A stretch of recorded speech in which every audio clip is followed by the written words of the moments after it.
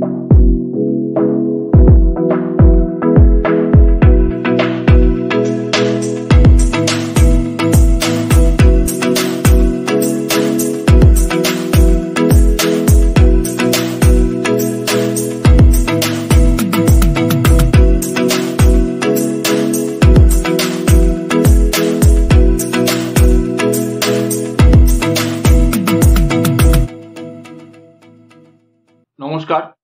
বাংলা টক আমার ইউটিউব চ্যানেলে আপনাদের স্বাগত। প্রতিদিনের মতন আজকেও আমি আরেকটি ভিডিও নিয়ে আপনাদের সামনে উপস্থিত হয়েছি। ভিডিওর মূল বিষয়বস্তুতে যাওয়ার আগে আপনাদের কাছে আমার একান্ত অনুরোধ, আপনারা আমার এই চ্যানেলটিকে সাবস্ক্রাইব করুন।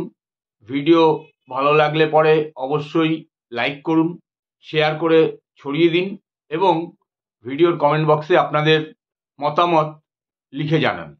যে বিষয় নিয়ে আজকে আমি ভিডিওটি করছি সেটি হচ্ছে এই মেদিনীপুর মেডিকেল কলেজে স্যালাইনের কাণ্ড।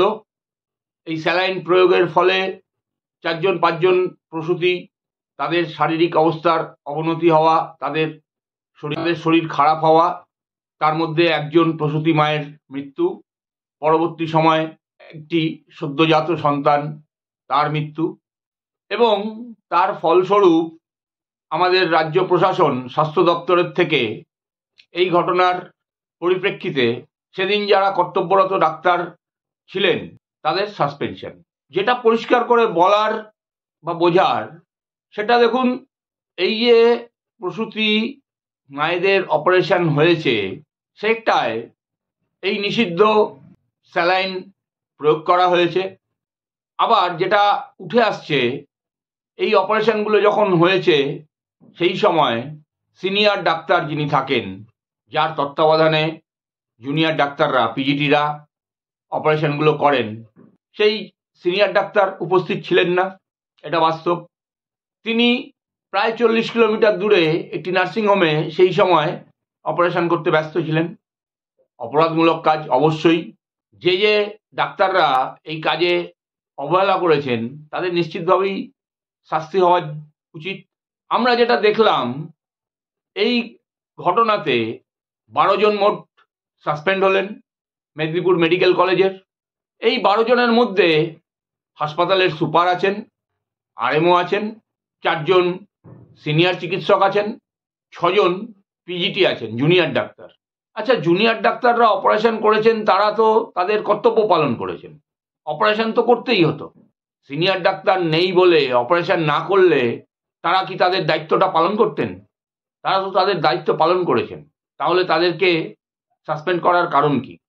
আচ্ছা, যেই স্যালাইন নিষিদ্ধ ঘোষণা করা হয়েছে, সুদূর কর্ণাটক থেকে শুরু করে বিভিন্ন রাজ্যে নিষিদ্ধ হয়েছে, আমাদের রাজ্যের স্বাস্থ্য প্রশাসন ডিসেম্বর মাসের 10 তারিখে এই কোম্পানি পশ্চিমবঙ্গ ফার্মাসিউটিক্যালকে উৎপাদন বন্ধ করতে বলেছেন এবং বিভিন্ন হসপিটালগুলোতে, মেডিকেল কলেজগুলোতে, স্বাস্থ্যকেন্দ্রগুলোতে যেখানে যেখানে এই স্যালাইন আছে সেই স্যালাইনের প্রয়োগ করতে বারণ করেছেন। সেই স্যালাইন কি করে তারপরেও ব্যবহার করার জন্য হাসপাতালে থাকে? আচ্ছা, রাজ্য সরকার, রাজ্যের স্বাস্থ্য বিভাগ এই ঘটনায় তদন্ত করার জন্য যে কমিটি করলেন, সেই কমিটিতে কারা কারা রয়েছেন? আমরা জানি, রাজ্য সরকার যখন কোনো ঘটনা ঘটে সেটাকে ধামাচাপা দেওয়ার জন্য যে বিভাগটিকে কাজে লাগান সেটি হচ্ছে রাজ্যের পুলিশ বিভাগ। এর আগে আমরা দেখেছিলাম ওই আরজি করের ঘটনায় সেই সময় তৎকালীন সুপার, তার বিরুদ্ধে যে বেনিয়ম ইত্যাদির অভিযোগ উঠেছিল এবং তদন্ত শুরু হয়েছিল, তদন্ত করার কথা উঠেছিল, সেই তদন্তকে করার জন্য যে কমিটি গঠন করেছিলেন সেখানে 4 জন পুলিশ অফিসার ছিলেন। আচ্ছা, আর্থিক তদন্তের দায়িত্ব পুলিশরা কি করে করবে? এখানে তো ইকোনমিক উইংসের কোনো লোককে থাকার কথা, যারা আর্থিক দিক নিয়ে যাদের পড়াশোনা রয়েছে, যারা অভিজ্ঞ, তারাই তো এই কাজগুলো করতে পারেন। ঠিক একই রকমভাবে মেদিনীপুর মেডিকেল কলেজের যে তদন্ত, সেখানেও নির্দিষ্ট করে কিছু পুলিশ অফিসারকে নিয়োগ করা হয়েছিল, দায়িত্ব দেওয়া হয়েছিল চিকিৎসায় কোনো গন্ডগোল গাফিলতি হয়েছে কিনা। আচ্ছা, একটা চিকিৎসা শাস্ত্রের কি জ্ঞান আছে বলুন তো পুলিশ অফিসারদের? তারা কি দেখে বুঝবেন যে চিকিৎসায় গন্ডগোল হয়েছিল কি হয়নি, গাফিলতি হয়েছে কি হয়নি। এই তদন্ত কমিটির মধ্যে তো থাকার দরকার ছিল বিশিষ্ট ডাক্তারদের, বিশেষজ্ঞদের, যারা চিকিৎসার গাফিলতির সম্পর্কে, চিকিৎসা পদ্ধতি সম্পর্কে অভিহিত। আচ্ছা, আমাদের রাজ্য সরকার, রাজ্যের প্রশাসন এই যে স্যালাইনের ফলে এত মানুষের বিপত্তি ঘটলো, এই স্যালাইন কোম্পানির মালিককে গ্রেপ্তার করেছেন? করেননি তো। কারণটা কি? কোনো প্রভাবশালী ব্যক্তির সঙ্গে যুক্ত?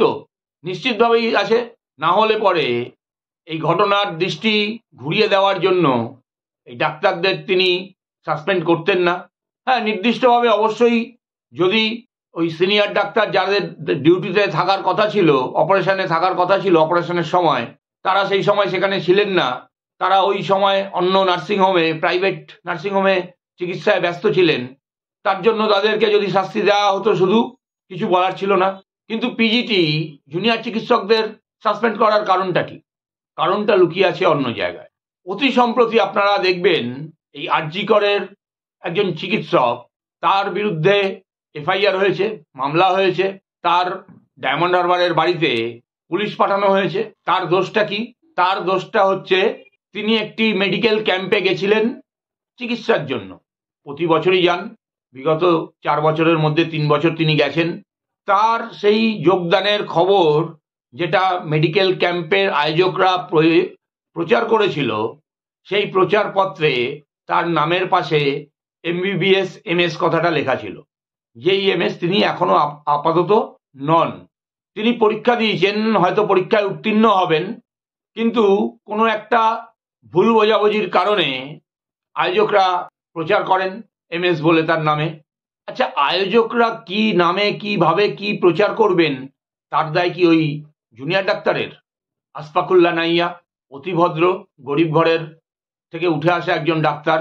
তার কাকদ্বীপের বাড়িতে সকালবেলা বিধাননগর দক্ষিণ থানা থেকে 25-30 জন 40 জনের একটি টিম তার বাড়িতে সার্চ করতে গেছেন। আসলে এদের কিছুই না, তার পরিবারকে ভয় দেখানো। জুনিয়র ডাক্তারদের এই সাসপেনশন, একই সঙ্গে এই আসফাকুল্লাহ নাইয়ার মতন ডাক্তারদের বিরুদ্ধে এফআইআর করা, পুলিশি নিপীড়ন, তার কারণ একটাই, আমাদের রাজ্যের সরকার আরজিকর ঘটনা দেখেছে।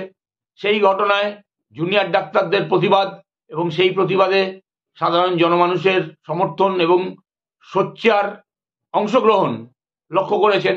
ফলে এই মেদিনীপুরের ঘটনা নিয়ে যাতে জুনিয়র ডাক্তাররা বেশি বাড়াবাড়ি না করতে পারেন, না করেন, সেই উদ্দেশ্যেই তাদের চাপে রাখার জন্যই রাজ্য সরকারের এই খেলা। আচ্ছা, জুনিয়র ডাক্তাররা কি ভেবেছিলেন? তারা যে আন্দোলন করেছিলেন, সরকার বিব্রত হয়েছিল, রাজ্যের প্রশাসনিক প্রধান চিন্তায় ছিলেন কিভাবে এই আন্দোলনকে থামানো যায়, আটকানো যায়, শেষ করা যায়। তার সঙ্গে কথাবার্তা বলে সমস্ত বিষয় মিটিয়ে নিতে পারবেন তারা। আমাদের রাজ্যের রাজ্য সরকার কি এতই সংবেদনশীল? একটা অগণতান্ত্রিক স্বৈরতান্ত্রিক সরকার, স্বাভাবিকভাবেই অপেক্ষা ছিলেন তারা আরজি করের ঘটনা থিতিয়ে যাক, এই ডাক্তারদের মধ্যে থেকেই কিছু ভুলভ্রান্তি বেরিয়ে আসুক, তখন তাদের চেপে ধরব। এখন তারা সেই সুযোগটা কাজে লাগাচ্ছেন বিভিন্ন রকম ভাবে। যাদের ন্যূনতম কোনো কিছু দোষ ত্রুটি খুঁজে পাচ্ছেন, সেটাকে নিয়েই তারা এদের ওপর ঝাঁপিয়ে পড়ছেন। জুনিয়র ডাক্তাররা ভুল করেছিলেন, ঠিক আছে, কিন্তু এটাও তো ঠিক, তারা যে পদ্ধতিতে আন্দোলন করেছিলেন, সেই পদ্ধতিতে লাখো লাখো মানুষ, শুধুমাত্র কলকাতা বা পশ্চিমবঙ্গের না, এ রাজ্যের না, সারা ভারতের মানুষ, সারা বিশ্বের সমস্ত বাঙালি, তারা সহমর্মিতা জানিয়েছে, তারা এই আন্দোলনের পাশে দাঁড়িয়েছে। একটা নতুন ধরনের আন্দোলন আমরা দেখেছিলাম।